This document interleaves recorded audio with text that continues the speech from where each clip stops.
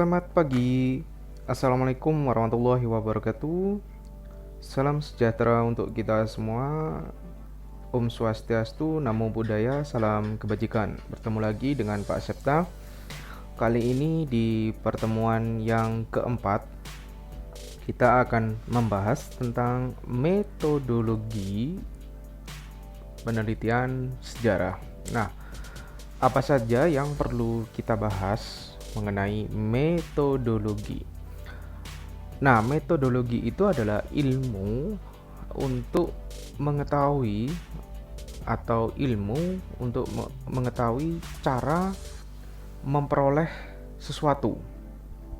Nah, metodologi sendiri terdiri dari 5 poin, di mana poin yang pertama ada asas-asas. Nah, ketika bicara tentang asas-asas, ilmu itu harus objektif. Itu yang pertama. Objektif itu berarti harus sesuai dengan kenyataan yang ada. Kemudian yang kedua, ilmu itu harus reliable. Ya, reliable. Reliable di sini bisa diartikan sebagai realitas yang ada di masyarakat. Kemudian asas yang ketiga, ilmu itu harus koheren. Koheren di sini bisa diartikan adalah saling terikat antara satu ilmu dengan ilmu yang lainnya. Misal ilmu sejarah dengan ilmu sosial. Nah, kemudian yang kelima, ilmu itu harus valid. Bagaimana mengukur sebuah kevalitan dari sebuah ilmu? Kalau kemarin kita bicara tentang ilmu alam, mengukur kevalitannya adalah melalui proses di laboratorium. Maka bisa didapatkan data atau bukti yang valid. Dalam ranah sejarah, kevalitan itu mengukurnya adalah melalui sebuah proses kritik atas fakta-fakta yang kita peroleh di lapangan. Nah, apa saja kritik itu kita akan bahas nanti. Nah, yang kelima, ilmu itu harus akurat. Akurat di sini berarti dapat memprediksi atau membuat sebuah probabilitas atau kemungkinan yang akan terjadi di masa yang akan datang mungkin. Nah, kelima asas dari ilmu itu akan menghasilkan sebuah generalisasi. Generalisasi itu bahasa sederhananya adalah kesimpulan umum. Sehingga kesimpulan umum tersebut adalah sesuatu hal yang dapat diprediksi. Poin yang kedua dari metodologi adalah prosedur. Prosedur ini adalah hal-hal penting apa saja atau langkah-langkah apa saja yang harus dilakukan untuk mendapatkan sebuah ilmu. Yang ketiga adalah pendekatan atau approach. Pendekatan di sini bisa kita lihat dari berbagai sudut pandang. Misal, pendekatan secara sosiologis atau pendekatan secara antropologis.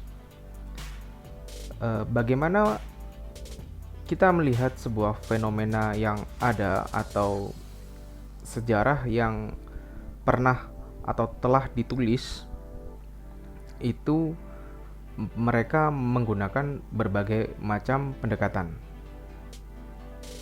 Ada pendekatan sosiologis seperti dalam bukunya Pak Sartono, Pemberontakan Petani Banten. Itu ada pendekatan sosiologis yang digunakan oleh Pak Sartono Kartodirjo dalam menulis buku Pemberontakan Petani Banten. Yang keempat adalah metode. Metode ini adalah cara untuk memperoleh sesuatu. Ya, saya ulang, metodologi dengan metode itu tidak sama. Kalau metodologi itu adalah ilmu untuk memperoleh sesuatu hal, sedangkan kalau metode itu adalah cara untuk mengetahui atau memperoleh sesuatu hal. Yang kelima adalah teknik. Teknik di sini bisa menggunakan random sampling, atau teknik di sini lebih berbicara ke arah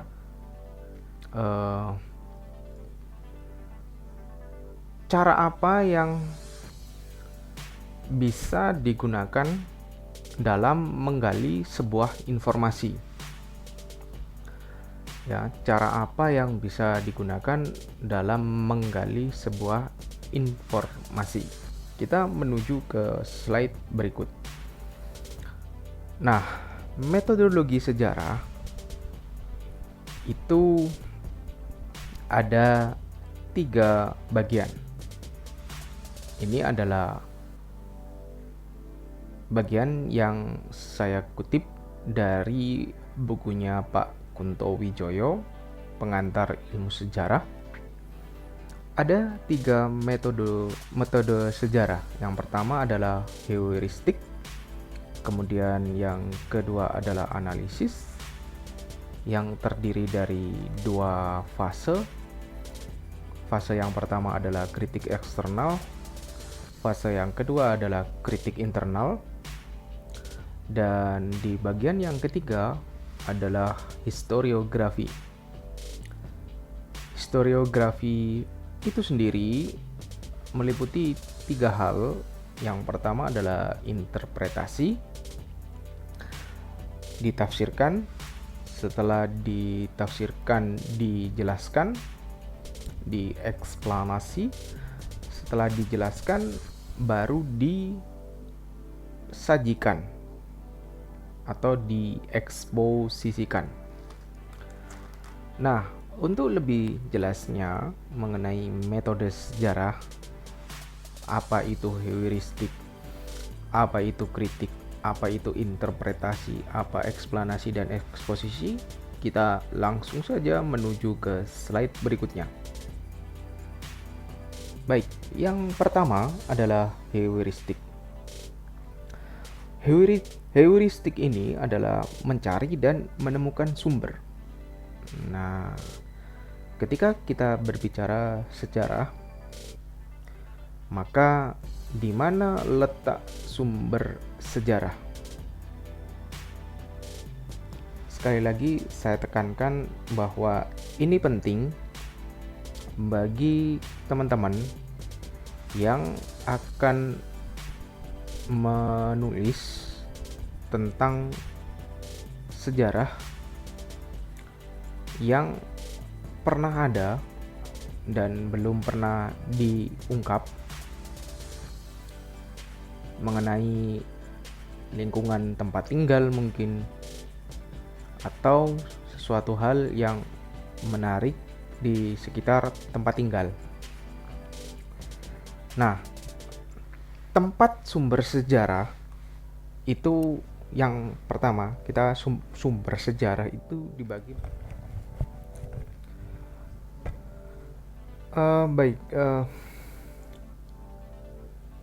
ketika kita berbicara mengenai heuristik atau mencari dan menemukan sumber, maka sejarah itu hanya ada dua sumber, yakni sumber tertulis dan sumber lisan.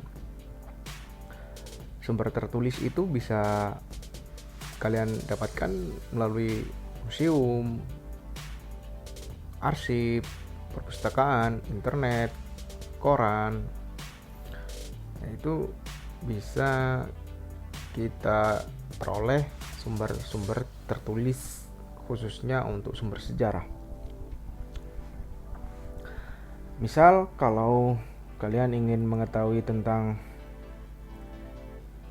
prasasti Dinoyo, teman-teman bisa datang ke Museum Popurwa yang terletak di Jalan Soekarno-Hatta atau di belakang dari Rumah Sakit Universitas Brawijaya. Nah, teman-teman bisa lihat di situ isi atau prasasti Dinoyo peninggalan dari Kerajaan Kanjuruhan. Nah, kemudian ada juga kalau teman-teman ingin mengetahui arsip-arsip tertentu, nah itu teman bisa datang ke Arsip Nasional yang terletak di Jakarta atau ke Perpustakaan Kota Malang yang terletak di Jalan Ijen, tepat di depan Museum Brawijaya. Sayangnya untuk saat ini karena masih masa pandemi, jadi museumnya masih ditutup. Yang keempat ada internet. Nah, internet dan koran. Ini sumber tertulis yang masih perlu dipilah lagi mengenai sumber-sumber sejarah yang ada di dalamnya.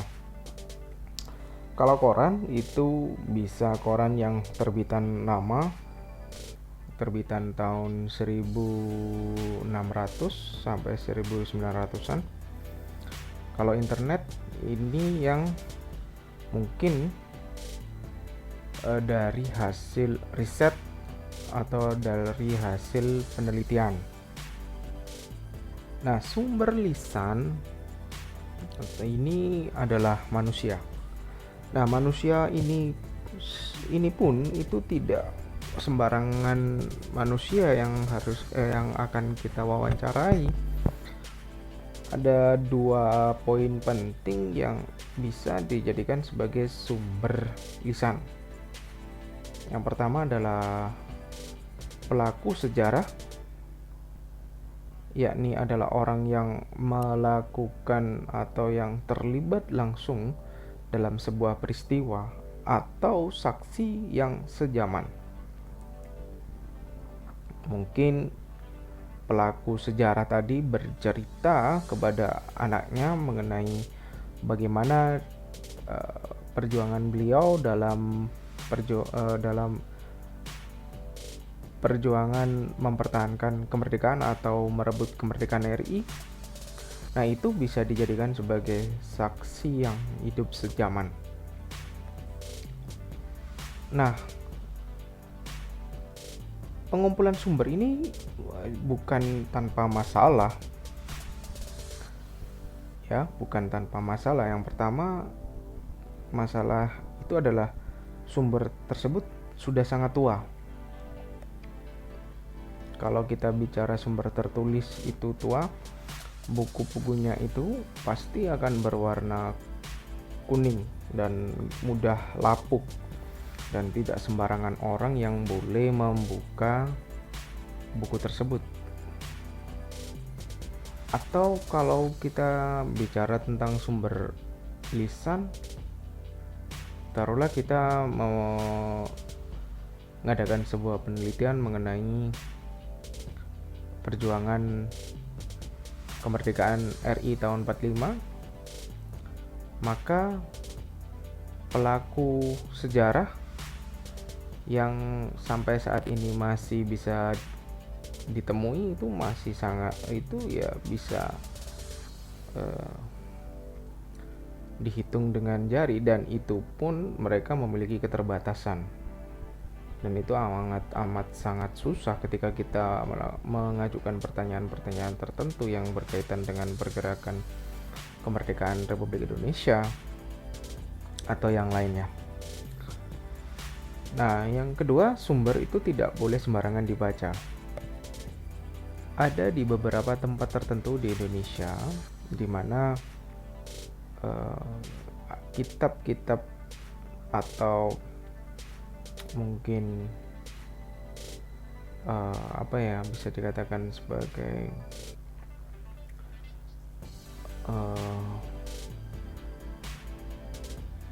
semacam daun lontar atau itu tidak boleh sembarangan orang yang bisa membukanya. Ya, hanya juru kuncinya saja yang boleh membuka buku tersebut atau susastra tersebut. Nah, yang ketiga, kesulitan dalam memahami bahasa. Coba kalau kamu ingin tahu, silakan ke Museum Purwa dan baca itu isi dari prasasti Dinoyo. Tidak semua orang bisa membaca prasasti karena itu butuh ilmu sendiri, namanya adalah filologi. Nah, kemudian yang berikut, masalah yang muncul dari heuristik ini adalah lebih banyak menggunakan tulisan tangan. Biasanya dipahat di batu yang kemudian menjadi prasasti atau dituliskan di daun-daun lontar yang kemudian tersimpan menjadi sebuah karya sastra. Nah, yang terakhir adalah sumber-sumber tersebut itu masih tertutup. Artinya kalau kita itu ingin meneliti peristiwa reformasi misal, maka tidak serta-merta kita bisa mendapatkan sumber-sumber melalui Arsip Nasional. Kenapa, Pak? Karena peristiwa tersebut terjadi tahun 99 dan sekarang masih 2020, berarti masih harus 4 tahun lagi untuk bisa dibuka arsip-arsip tersebut yang membahas tentang peristiwa apa saja yang terjadi sekitar reformasi. Nah, itu adalah heuristik. Nah, yang kedua adalah kritik. Kritik ini penting, teman-teman. Saya bilang penting. Kenapa? Karena sumber-sumber yang sudah kita kumpulkan tadi itu harus kita uji kebenarannya. Ngapain, Pak, diuji? Karena kita harus mendapatkan sebuah fakta. Untuk apa, Pak? Agar data yang kita peroleh itu objektif. Nah, kritik ini dibagi menjadi dua.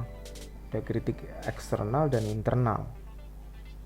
Eksternal itu lebih berbicara ke fisiknya. Misal kita membahas tentang pergerakan nasional dan salah satu sumbernya adalah koran. Nah, koran itu apakah benar terbitan tahun 1908 atau koran yang dicetak ulang? Nah, itu asli tidak asli, turunan atau bukan. Turunan itu biasanya adalah buku yang dicetak ulang. Buku aslinya ada, tapi karena mungkin sudah banyak yang usang atau rusak, maka dicetak ulang. Nah, Itu kritik eksternal. Nah, internalnya adalah sumber pada isi tersebut itu benar tidak sih? Benar tidak sih? Makanya kalau kita bicara tentang kritik internal, ya, itu kita tidak bisa serta-merta hanya menggunakan satu sumber, gitu ya, sumber. Tidak boleh, tidak bisa. Apalagi sumber lisan. Ini yang banyak terjadi di angkatan yang terdahulu, mereka hanya mewawancara satu orang, dua orang, tiga orang. Itu tidak bisa objektif loh teman-teman, tidak bisa objektif. Kenapa? Karena fakta itu harus objektif dan minimal 10 sumber. Lisan kalau tertulis harusnya lebih banyak, paling tidak 20, 35, 30 sumber tertulis, atau kalau bisa 50 sumber tertulis. Nah, sumber lisannya paling tidak 10 minimal. Nah, bagaimana kita bisa, ya kan, bagaimana kita bisa mengetahui apakah yang disampaikan itu benar atau salah kalau hanya satu orang saja? Ya kan, fakta yang objektifnya menjadi sangat perlu dipertanyakan kalau hanya satu sumber, apalagi sumber lisan juga. Nah, ini penting. Nah, dalam tahap heuristik dan kritik inilah sejarah dikatakan sebagai ilmu. Nah, karena mengetahui sebab objektif dari sebuah fakta, ya teman-teman. Nah, ini penting. Jadi kalau nanti teman-teman ingin membahas tentang sejarah di sekitar tempat tinggal kalian, sejarah ya, maka pahami dulu sumbernya tertulis ada apa tidak, sumber lisannya ada apa tidak. Setelah itu kira-kira dicek ini asli atau tidak. Kemudian kalau melalui sumber lisan perlu di cross check, tidak hanya satu orang yang diwawancara, lebih dari 5 untuk mengetahui fakta yang seharusnya objektif. Nah, yang ketiga adalah historiografi. Di dalam historiografi ini ada 3 tahap yang dilakukan secara bersama-sama. Yang pertama adalah interpretasi. Kita menafsirkan data-data yang sudah diperoleh, sumber-sumber yang sudah didapat, kemudian kita kritik secara eksternal dan internal. Kita buang mana yang perlu untuk kajian kita, kita buang mana yang tidak perlu untuk kajian kita ambil yang perlu untuk kita bahas di objek penelitian kita. Nah, kita tafsirkan. Jadi kira-kira apa ya yang ingin disampaikan dari sumber tertulis ini? Nah, kita tafsirkan. Kemudian setelah ditafsirkan maka harus dijelaskan, dieksplanasi.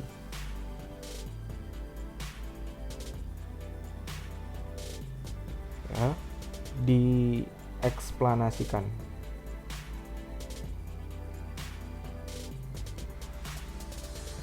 Nah, setelah dijelaskan maka semuanya yang sudah diinterpretasi setelah dijelaskan maka harus disajikan. Jadi tidak hanya diomongkan, disajikan dalam bentuk tulisan, diekspos. Nah, inilah yang menjadi poin penting kita. Yang paling penting dalam sejarah itu dalam metode sejarah itu adalah interpretasi, karena dalam poin penting inilah dipertaruhkan kemampuan peneliti sejarah. Dari fakta-fakta yang sudah kita peroleh melalui sumber-sumber tadi, itu harus kita interpretasikan, dan dalam menginterpretasikan itu tidak menutup yang pertama adalah subjektif. Kita pasti akan cenderung mengarah ke satu pihak. Dan yang kedua, pendekatan apa yang kita gunakan? Apakah pendekatan sosial? Apakah pendekatan geografi? Apakah pendekatan antropologi atau yang lainnya? Nah, kita juga harus membahas tentang penggerak sejarah. Manusianya seperti apa, geografinya bagaimana, budayanya bagaimana, atau mungkin justru kekuatan supernaturalnya apakah mempengaruhi dalam pergerakan sejarah tersebut. Nah, itu perlu dibahas semua.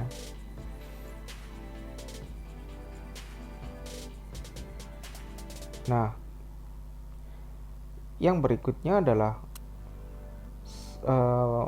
dalam tahap interpretasi itu sendiri, kita juga harus mengetahui arah gerak sejarah.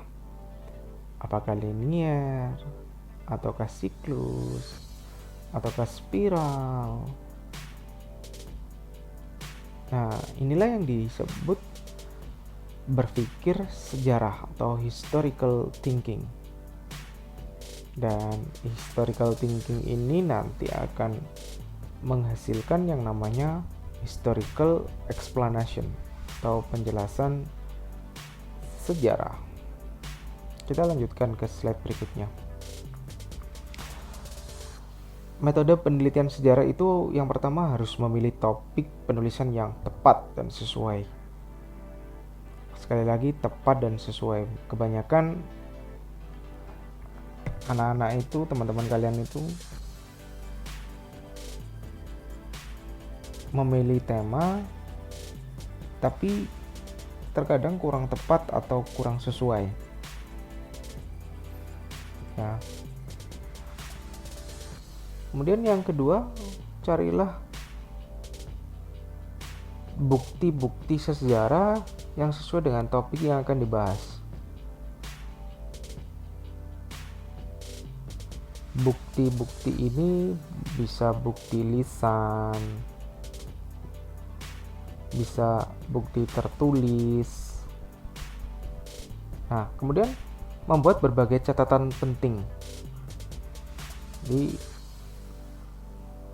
setiap temuan yang kita peroleh, baik dari sumber tertulis atau lisan, itu kita catat, karena ini akan berdampak nanti ke interpretasi.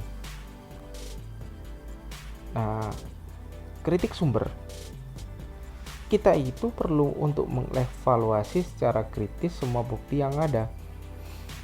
Tidak boleh ada satupun yang ditutup-tutupi.